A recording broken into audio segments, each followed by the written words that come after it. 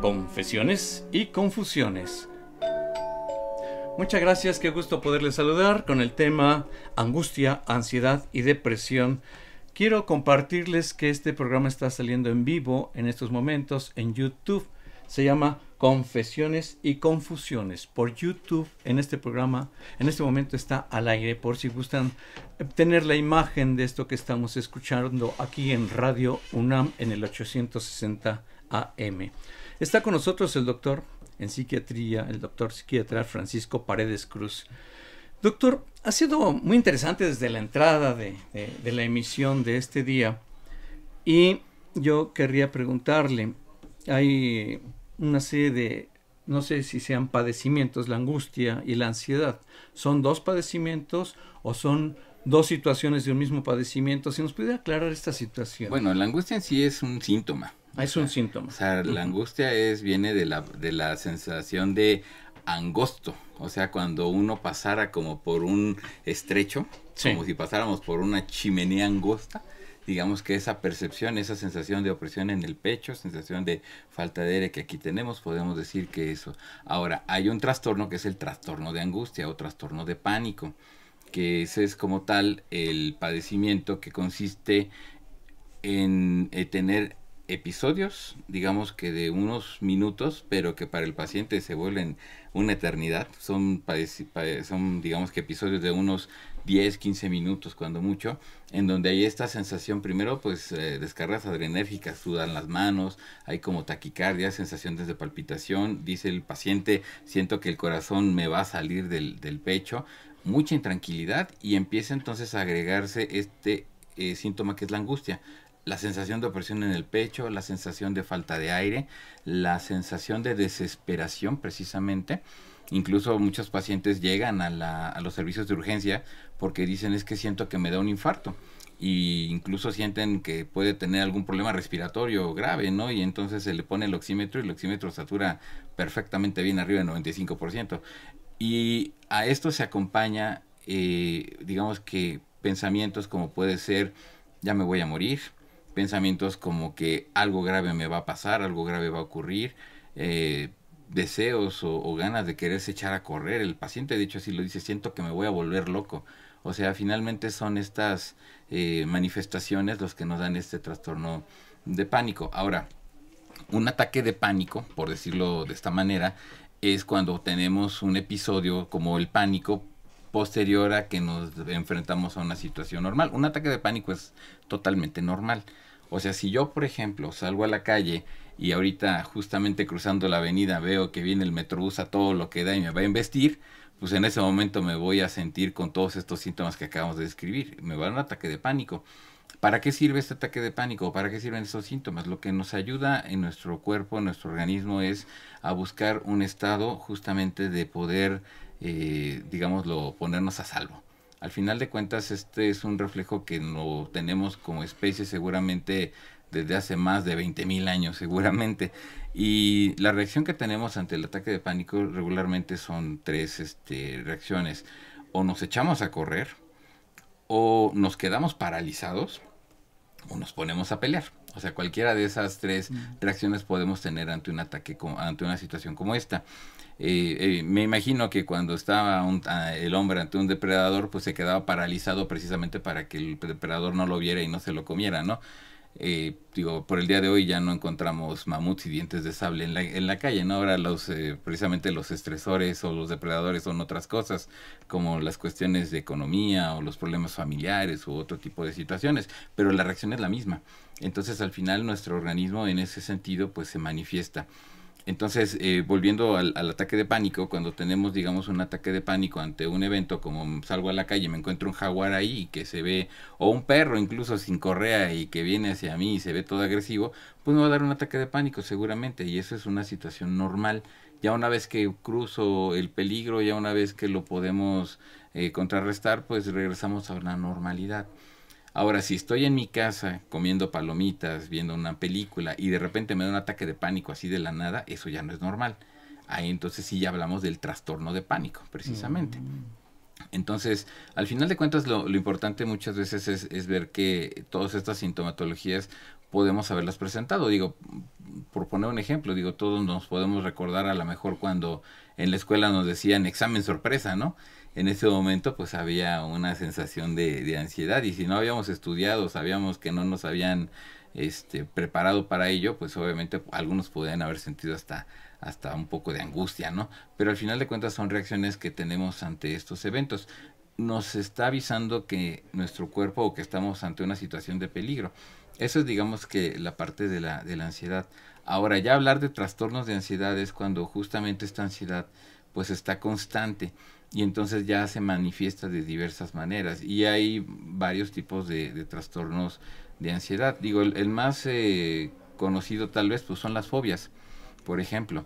Las fobias, pues de hecho, las encuestas nacionales de salud mental mencionan que es el trastorno más prevalente en la población mexicana, las fobias. Entonces, pues hay quien tiene fobia a las alturas, hay quien tiene fobia a las arañas, hay quien tiene fobia a algunas, a las entrevistas de radio. Entonces, de alguna manera las fobias ahí están presentes.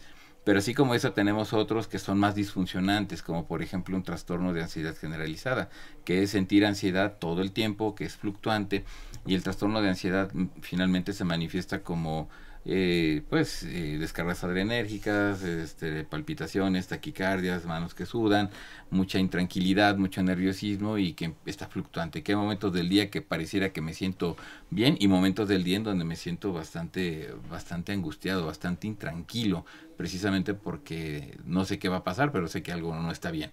Entonces al final está fluctuando, está todo el tiempo. Y esto pues es un trastorno que se deriva precisamente de una alteración a nivel de neurotransmisores. O sea, al final de cuentas son trastornos que pues se van manifestando. Hay otros trastornos de ansiedad, como por ejemplo en niños el trastorno de ansiedad de separación, por ejemplo, ¿no? Cuando hay este tipo de miedos, cuando los papás se van o los papás salen, o no ven a los papás, ¿no? Que eso es algo que también llega a presentarse con cierta regularidad. Y hay otros trastornos que ya no están catalogados dentro del estrés, dentro de los trastornos de ansiedad, pero es muy común escuchar lo que es el trastorno de estrés postraumático, por ejemplo, ¿no? Que es un trastorno que se activa, digamos que la ansiedad, cuando recordamos o rememoramos algún evento que nos puede haber detonado un evento de mucha angustia en aquel momento, ¿no? Entonces el trastorno de estrés postraumático, pues al final de cuentas es algo que nos podemos decir que se encuentra también de una manera muy muy muy común, y que pues todos estos son trastornos que requieren pues tratamiento. Finalmente son trastornos médicos a final de cuentas. Doctor, estos problemas que usted señala, ¿son condicionantes endógenos o exógenos? ¿Son cuestiones orgánicas o son cuestiones emocionales, producto de una vivencia del exterior? ¿Cómo nos podría aclarar pues es que es multifactorial, o sea, tiene de adentro y de afuera. O sea, actualmente hay estudios genéticos que mencionan, ¿no? Que por ejemplo hay pacientes quienes tienen alguna alteración, bueno, no alteración, más bien quienes tienen un tipo para poder explicar esa parte, debo de mencionar que uno de los neurotransmisores implicados precisamente en todos estos procesos pues es la serotonina. La serotonina es un neurotransmisor que pues de alguna manera nos ayuda a mantener cuanto a la cuestión de la motivación, pero que también se ha visto que cuando está en una alteración empieza a tener, o una disregulación, podemos desarrollar tanto síntomas depresivos como síntomas ansiosos. Entonces, en cierta manera, estas neurotransmisores pasa de neurona a neurona. Las neuronas son las células del cerebro. Pasa de neurona en neurona, y la comunicación viene siendo pues a través de justamente impulsos químicos. O sea, una neurona segrega, digamos que este neurotransmisor lo deja como en la entrada de la otra neurona, para que la otra neurona abra las compuertas y permita su entrada, por decirlo de alguna manera. Sin embargo, cuando llegamos a tener algún trastorno de ansiedad o trastorno de depresivo, pues en ocasiones llega a haber una disminución en la capacidad de agregar o de poder darle entrada a toda esa serotonina. y hay una molécula que lo que ayuda es a que toda la serotonina que se encuentra en el estado entre la neurona de antes, la presináptica, y la neurona posináptica, ahora sí que se encuentra en la hendidura sináptica, pues la recupera. Lo que hace es agarrar toda esa serotonina y se la lleva. Entonces, hay estudios actualmente que mencionan que genéticamente esa banda transportadora puede tener, digamos que brazos un poquito más largos y un poquito más cortos. Que si, por ejemplo, tenemos, digamos que un brazo regularmente viene de papá, el otro brazo viene regularmente de mamá en esta molécula, es lo que se ha visto. Y entonces, si ambos brazos son brazos largos, tiene mayor capacidad de transportar la serotonina. Y se relaciona o se ha relacionado a que son personas que pueden tener una mejor resiliencia ante ciertos cambios o ante ciertas situaciones. Por su lado, por su otra parte, bueno, se ha visto que a lo mejor si convive con un brazo largo y un brazo corto, pues no tiene la misma capacidad, pero sin embargo tiene una buena respuesta, digamos que ante situaciones de estrés.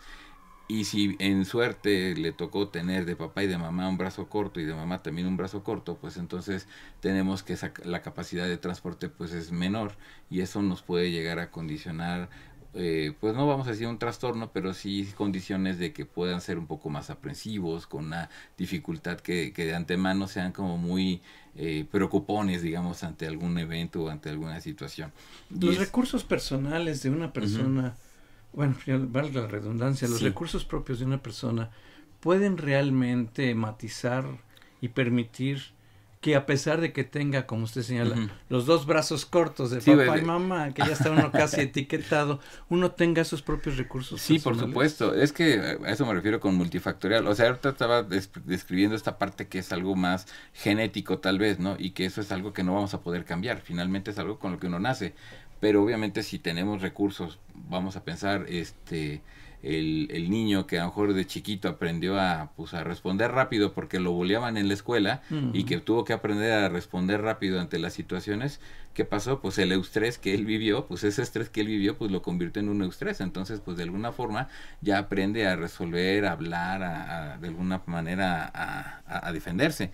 Pero el chico que a lo mejor en su momento pues estuvo ante la misma circunstancia, pero pues a lo mejor fue muy reprimido, a lo mejor no le permitían, o simplemente las reglas en casa o las reglas en la escuela no le permitían expresarse de una u otra manera, pues obviamente va coartando esta parte, ¿no? ¿Y qué sucede? Pues que no aprende a responder tan rápidamente, que es una persona que a lo mejor tiende a reprimir mucho las emociones, y evidentemente pues la manifestación viene siendo mucha. Al final son muchos factores los que conviven para poder determinar, y obviamente estas personas con estas características que vamos desarrollando a lo largo de la vida, que podríamos decir que es la personalidad, entonces al final cuando se encuentran ante un estresor, pues su reacción va a ser muy distinta.